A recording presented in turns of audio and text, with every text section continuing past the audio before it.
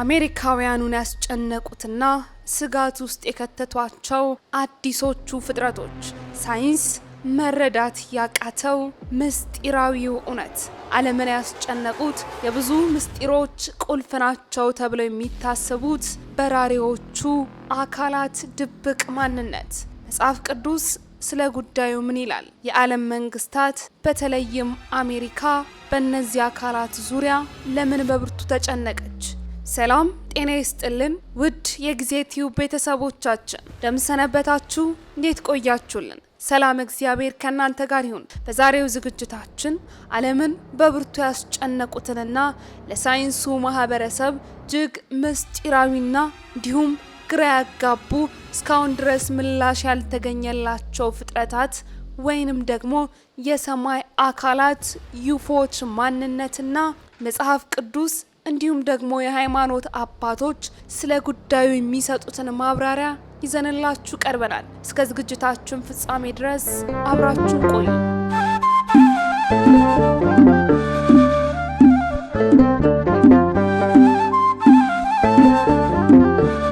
ተመራማሪዎች ስለ እነዚህ አካላት ሲነሳ በብርቱ ይጨነቃሉ። ከዚያም ባለፈ ለዚህ ጉዳይ ምላሽ ባለማግኘታቸውና እነዚህን ምስጢራዊ ፍጥረቶችና አካላት ባለማወቃቸው ምክንያት ሌት ተቀን እንቅልፍ አጥተው ስለ እነዚህ አካላት ማንነት ለማወቅ ይለፋሉ። ከወራቶች በፊትም የቀድሞው የአሜሪካን ፕሬዝዳንት ባራክ ኦባማ ስለ ዩፎዎች ያነሷቸው ጉዳይም አሜሪካንን በብርቱ አስጨንቋታል። የአሜሪካው ፕሬዝዳንት ዶናልድ ትራምፕም በጉዳዩ ዙሪያ በርካታ ማብራሪያዎችንም ሲሰጡ ይደመጣሉ። ለመሆኑ እነዚህ አካላት ምንድን ናቸው? ምስጢራዊ ማንነታቸውስ?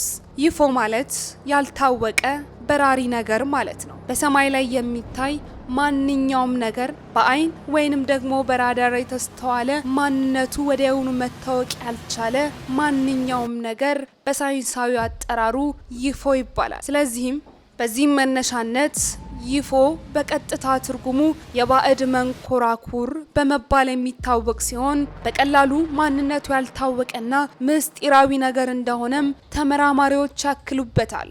ብዙ ጊዜ ማንነታቸው ከተመረመረ በኋላ በርካታ ሳይንቲስቶችና ተመራማሪዎች ስለ እነዚህ አካላት በርካታ መላምቶችን ያስቀምጣሉ። ምናልባትም እነዚህ አካላት ሰው ሰራሽ መንኮራኩሮች ወይም አውሮፕላኖች፣ ሄሊኮፕተሮችና ድሮኖች እንዲሁም ሳተላይቶች ሊሆኑ ይችላሉ በማለትም ተመራማሪዎች መላምቶቻቸውን የሚያስቀምጡ ሲሆን ከዚህም ባለፈ ደግሞ ሰማያዊ ክስተቶች እንዲሁም የአየር ሁኔታ ክስተቶችና የስለላ በራሪዎች ወይም ምስጢራዊ ወታደራዊ አውሮፕላኖች ሊሆኑ ይችላሉ በማለትም ተመራማሪዎች ስለ ጉዳዩ መላምቶችን ያስቀምጣሉ። ከቅርብ ዓመታት ወዲህም መንግስትና ሳይንቲስቶች እንዲሁም ተመራማሪዎች እነዚህን በራሪ አካላት ወይም ዩፎዎች ዩኤፒ የሚለውን ቃል በመጠቀም መጥራት የጀመሯቸው ሲሆን ትርጉሙም ደግሞ ያልተለመደ የአየር ላይ ክስተት ማለት ነው።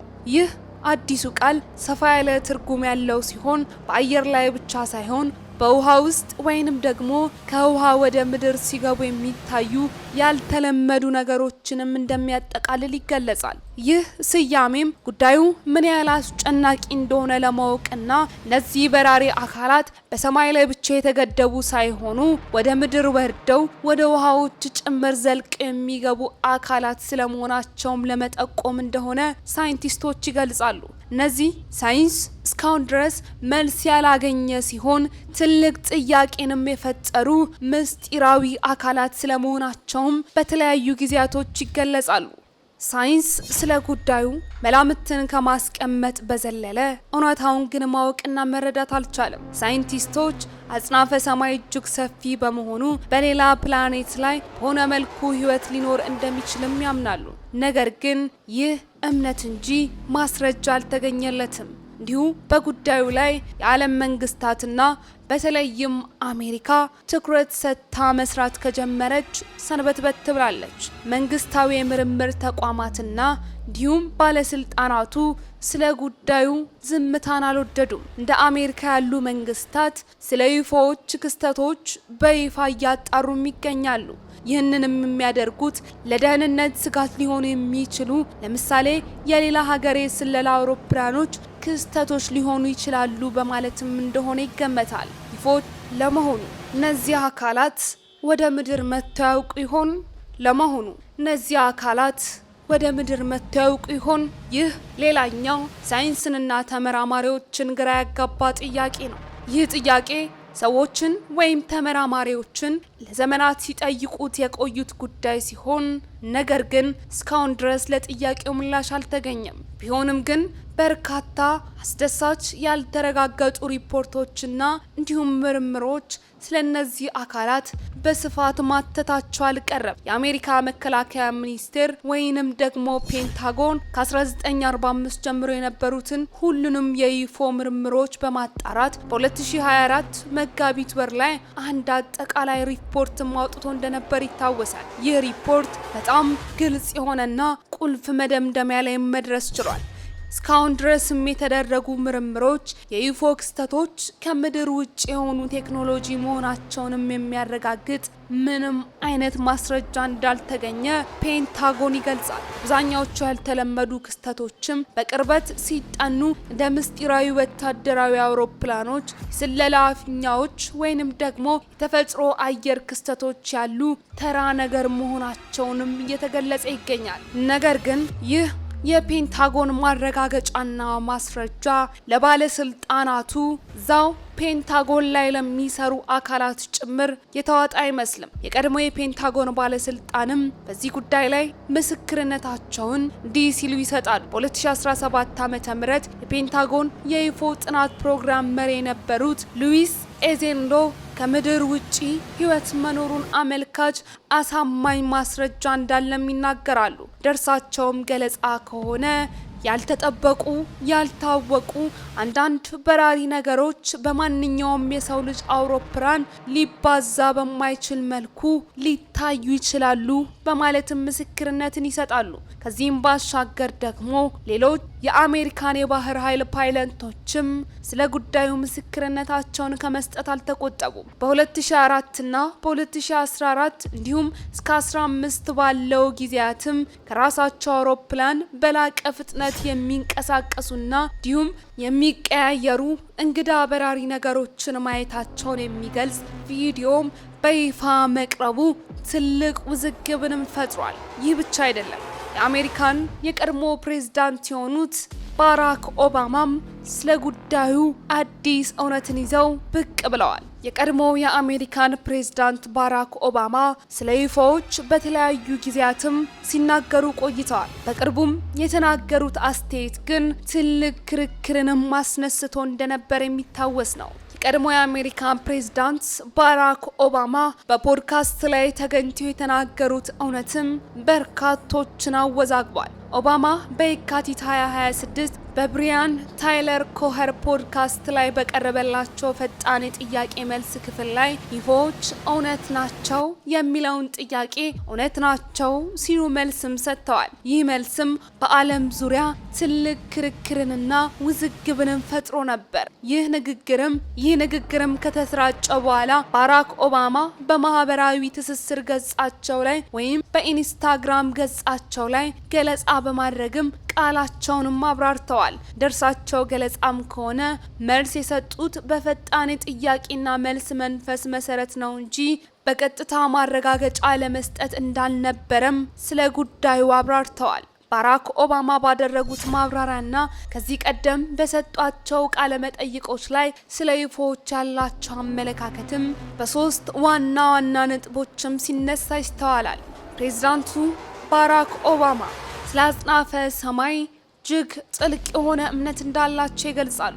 አጽናፈ ሰማይ እጅግ ሰፊ ስለሆነ በሌላ ፕላኔት ላይ ህይወት የመኖሩ እድል ከፍተኛ ነው ብለው የሚያምኑት ባራክ ኦባማ ይህ ግን የግል እምነታቸው እንጂ በማስረጃ የተደገፈ አለመሆኑንም ያረጋግጣሉ። እንዲሁም ደግሞ ምንም እንኳን ህይወት ሊኖር ቢችልም በሰማይ ስርዓቶች መካከል ያለው ርቀትም እጅግ በጣም ሰፊ በመሆኑ እነዚህ ፍጥረታት ወደ ምድር መጥተው የሚያውቁበት እድል ግን በጣም ጥቂትና ዝቅተኛ ስለመሆኑም ያብራራሉ።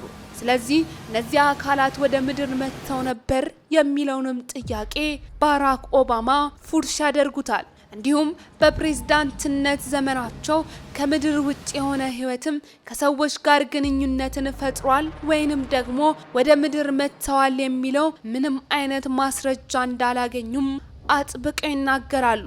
ስለ 51ኛው ክልል ወይም ኤሪያ 51ም በርካታ እውነቶችንም ባራክ ኦባማ ይገልጻሉ። ከዚህ ቀደም በሰጧቸው ቃለ መጠይቆች ላይ ባራክ ኦባማ ስለ ዩፎዎች የተለያዩ እውነታዎችንና ምልከታዎችንም ጠቁም አድርገው ማለፋቸው እሙን ነው። የ51 ክልል ወይንም ደግሞ ኤሪያ 51 ክልልን ምስጢራዊ እውነትንም ባራክ ኦባማ እንዲሁ ይገልጹታል። ዩፎዎች በኔቫዳ በሚገኘው ምስጢራዊ ወታደራዊ ቦታ ወይም ኤሪያ 51 ውስጥ ተደብቀዋል የሚለውንም ወሬ በማስተባበል እዚያ ምንም አይነት የውጭ ፍጡራን አለመኖራቸውንም ይገልጻሉ። እጅግ በጣም ትልቅ ሴራ ካልሆነ በስተቀር ከአሜሪካ ፕሬዝዳንት ሊደበቁ አይችሉም ሲሉም ይናገራሉ። እንዲሁም የአውሮፓውያን አቆጣጠር በ2021 በሰጡት ቃለ መጠይቅ ላይ ግን ባራክ ኦባማ ይህንን እውነትና ምስጢር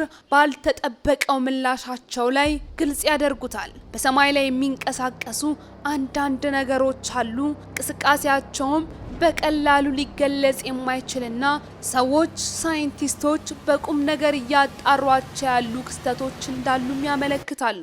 ይህ ማለት ግን የውጭ ፍጡራን ናቸው ማለት ሳይሆን መልስ ያልተገኘላቸው ምስጢራዊ ማንነት ያላቸው ፍጡራን መኖራቸውን ለማመልከት ነው በማለትም ባራክ ኦባማ ይገልጻሉ።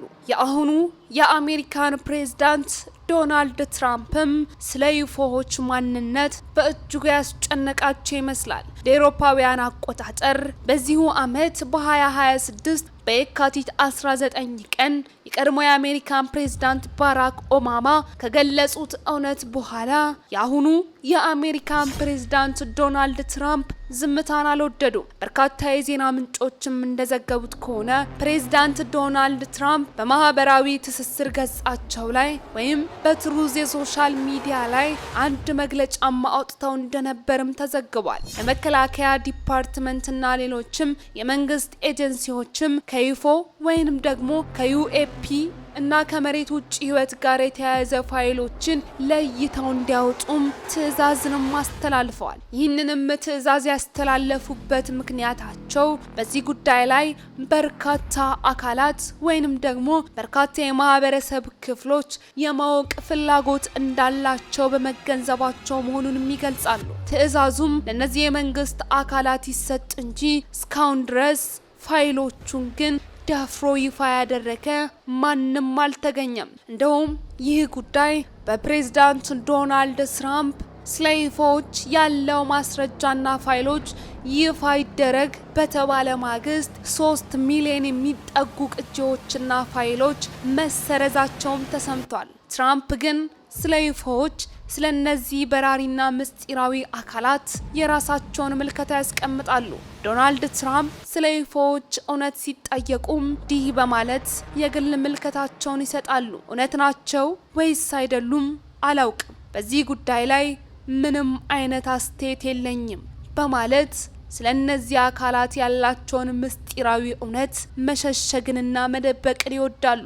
ታዲያ ይህ ሁሉ የዓለም አቀፉ ማህበረሰብ በተለይም ደግሞ አሜሪካንና አሜሪካዊ የሆኑ ሳይንቲስቶችንና ተመራማሪዎችን ስለሚያወዛግቡት ምስጢራዊ አካላት መጽሐፍ ቅዱስስ ምን ይላል? መጽሐፍ ቅዱስ ስለ ዩፎዎች ወይንም ደግሞ ስለ እነዚህ ምስጢራዊ በራሪ አካላት በቀጥታ ባይናገርም አንዳንድ ምንባቦች ግን በዘመናዊ አይነ ሲታዩ ተመሳሳይነት እንዳላቸው የሃይማኖት ተከታዮች ዘንድ እንዲሁ ሲነገር ይስተዋላል። እነዚህ አካላትም ምናልባትም በመጽሐፍ ቅዱስ በቀጥታ ባይገለጹም በተዘዋዋሪ ግን እንደተገለጹ በርካቶች ይናገራሉ። ለዚህም ማሳያ ደግሞ የትንቢተ ሕዝቅኤል ራእይ ወይንም ደግሞ በትንቢተ ሕዝቅኤል ምዕራፍ 1 ላይ የተቀመጠው ሐሳብ ትልቅ ማሳያ ነው። ነብዩ ሕዝቅኤል ከሰማይ የመጣ አንድ አስደናቂ አውሎ ነፋስ ወይም ታላቅ ደመና እንዲሁም እሳት እንዳየ በውስጡም 4 ሕያዋን ፍጡራን እንደነበሩ ከእርሱ ጋርም በከበባቸው አይኖች የተሞሉ ከነርሱ ጋርም በከበቧቸው አይኖች የተሞሉ መንኮራኩሮች እንደነበሩም በትንቢተ ሕዝቅኤል ላይ የተቀመጠውን ሐሳብ በመያዝም የሃይማኖት ምሁራን በጉዳዩ ላይ ማብራሪያን ይሰጣሉ። ብዙ ጊዜም ይህ ምንባብ የጥንት ዩፎ እይታ ወይንም ደግሞ ብዙ ጊዜ ይህ ምንባብም የጥንት ዩፎ እይታ ነው ተብሎም ይጠቀሳል። ነገር ግን የመጽሐፍ ቅዱስ ምሁራን ይህ የእግዚአብሔር ክብር ራእይ እንጂ ቀጥተኛ የውጭ መንኮራኩር አለመሆናቸውን በእጅጉ በአጽንኦት ማብራሪያ በመስጠት ይሞግታሉ። ሕዝቅኤል ራሱ ያየው ነገር የእግዚአብሔርን ክቡር መልአክ እንደሆነና በራሱ አገላለጽ እንደገለጸውም የሃይማኖት ምሁራን ይገልጻሉ። የሆነ ሆኖ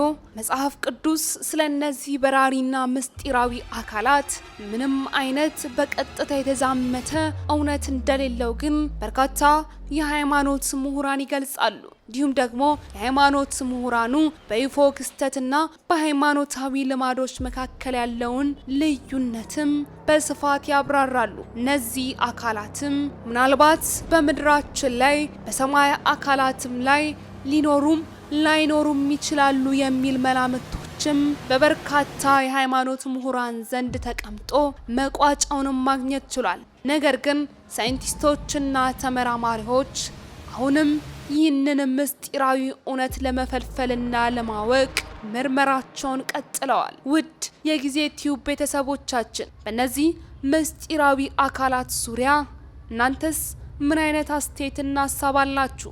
በመልእክት መስጫ ሳጥናችን ላይ አስፍሩልን። ለዛሬ ያዝንላችሁ ዝግጅታችን ይህንን ይመስል ነበር። በሌላ ዝግጅት እስክንገናኝ ሰናይ ጊዜ ለእናንተ ተመኘን።